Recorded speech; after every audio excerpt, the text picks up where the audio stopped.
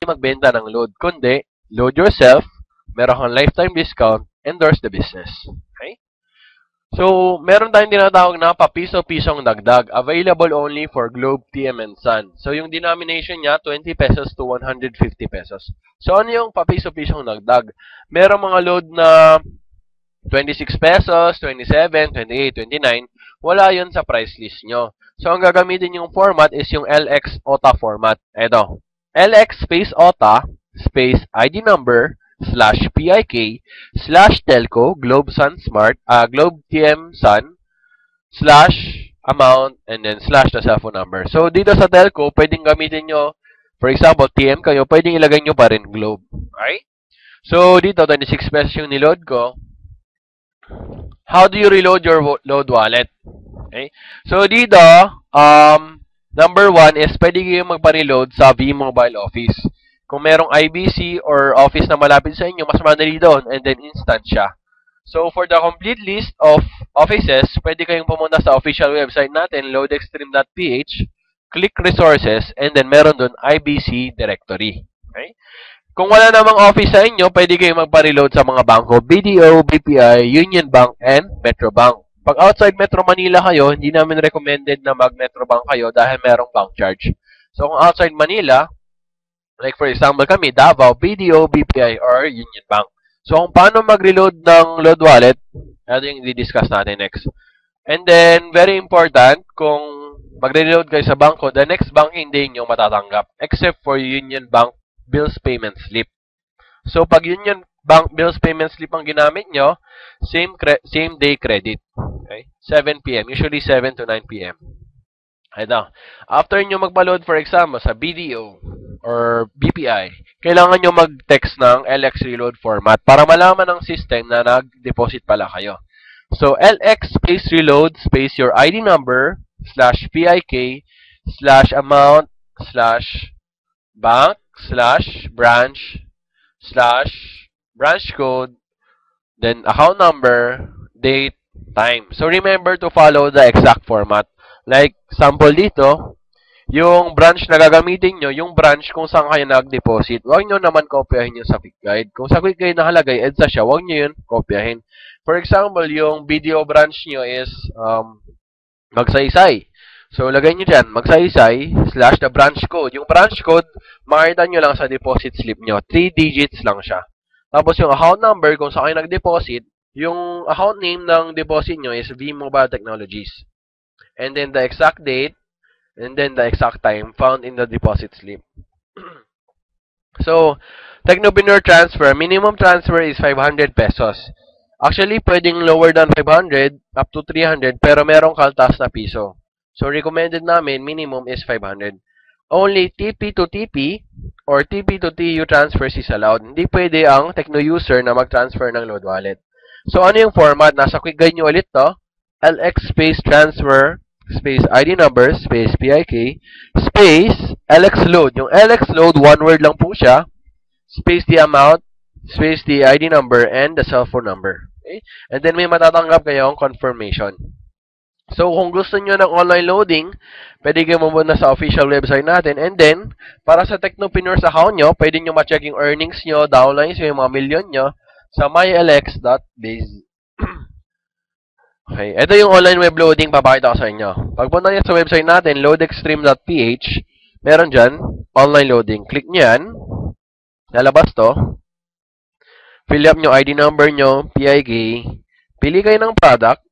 Ito, pwede nyo gamitin kung gusto nyo mag-load abroad. Okay, online loading.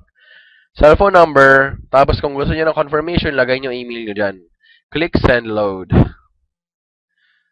So, kung gusto nyo mag-load wallet transfer via internet, click nyo naman load wallet transfer. Tapos, ID number, PIK, amount, ID number ng gusto mong sendan, cellphone number niya. Tapos, email, transfer credits. So, kung gusto niyo naman ng papiso-piso dagdag, online loading ulit, ganun pa rin. Click nyo. Tapos, ID number, PIK. Pili kayo ng telco, Globe, or Sun. Kung TM ka, Globe lang yun. And then, lagay mo yung amount, 26 pesos, cellphone number, tapos send load. Yung online loading, mabilis siya, mga 2 seconds lang, pasok na. So, alam naman natin, kaya tayo nagnegosyo, hindi para sa barya-barya, kundi para sa papel-papel. Going for the gold. So, going for the gold, ibig sabihin, mas malaki yung target mo na income, pero mas marami rin yung kailangan mong gawin. Pero ito yung pinaka-rewarding sa business natin. Kasi syempre, sino ba naman may ayaw ng sobrang laking extra income? It requires smart work and true leadership. Kung mapapansin nyo, hindi niya nilagay hard work. Because hard work, ibig sabihin, trabaho ka ng trabaho, pero hindi mo nare-review yung steps na ginagawa mo. So, smart work, ibig sabihin, makinig ka sa upline mo, makinig ka sa mentor mo, sa leader mo, kung anong sinasabi niya, sundin mo. Dahil hindi ka niya ipapahamak, gusto niya maging successful ka. So, sino ba yung prospects natin sa business?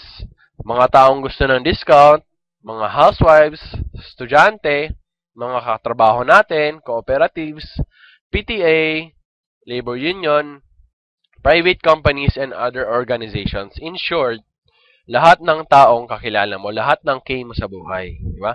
Kapamilya, kamag-anak, ka-text, ka-FB, ka-chat, ka-Twitter, lahat.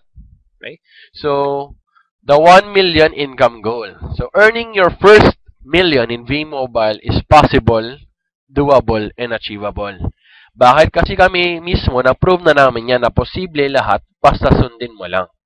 So, earning your first million requires desire. Siyempre, yung goal mo, ano ba talaga gusto mo makuha? Yung goal mo must be bigger than yourself. Hindi pwede puro sariling mo lang isipin mo. Like, for example, ang gusto mo lang is bagong cellphone. So, hindi pwede yun. Bakit? Pag nabili mo na yung cellphone mo, stop ka na kasi nakuha mo na yung dream mo. So, kailangan bigger than yourself. Like, gusto mo matulungan yung pamilya mo, gusto mo magbakasyon, gusto mo makabili ng sasakyan, ng bagong bahay, o kaya kung OFW ka naman, gusto mo makasama pamilya mo sa Pilipinas, habang kumikita ka ng malaki. So, dito, it requires your time. So, kung ikaw yung taong nagsasabi palagi na, ay, busy ako sa work, kaya mas kailangan mo to gawin. Mas kailangan mo mag-invest ng time. Why? Kasi kailangan mo malaman yung first law of alchemy. Okay? So, first law of alchemy states, in order to obtain something of equal value must be lost. So, pwede nyo isulat sa notebook nyo, in order to obtain something of equal value must be lost. Ibig sabihin, kung gusto mo ng more time, more money in the future, kailangan mo mag-invest ngayon. Kasi tayo, farmers tayo, di ba? Trabaho tayo ngayon, and then after 6 months, 1 year, 2 years, syempre, harvest na. Pagsimula, medyo malaki yung effort mo, pero yung return sa'yo, medyo maliit lang. Pero later on, maliit na lang effort mo, sobrang laki ng income mo. So, it requires talent and skills and good learning and listening attitude. Attitude, very, very, very important.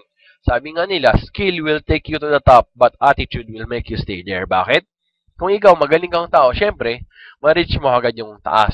Pero kung pangit naman attitude mo, madali ka lang babagsak. So, mas maganda ba yung hindi ka magaling, pero willing kang matuto. Makinig ka sa upline mo, sa leaders mo, and sundin mo sila. So, network marketing. Multiplying yourself. Okay? So, network marketing kasi ang tawag dito sa ibang bansa, sa Pilipinas, also known as networking. And wala namang masama sa networking. Pwede ka mag-research na sobrang ganda pala ng networking, which is, madidiscuss na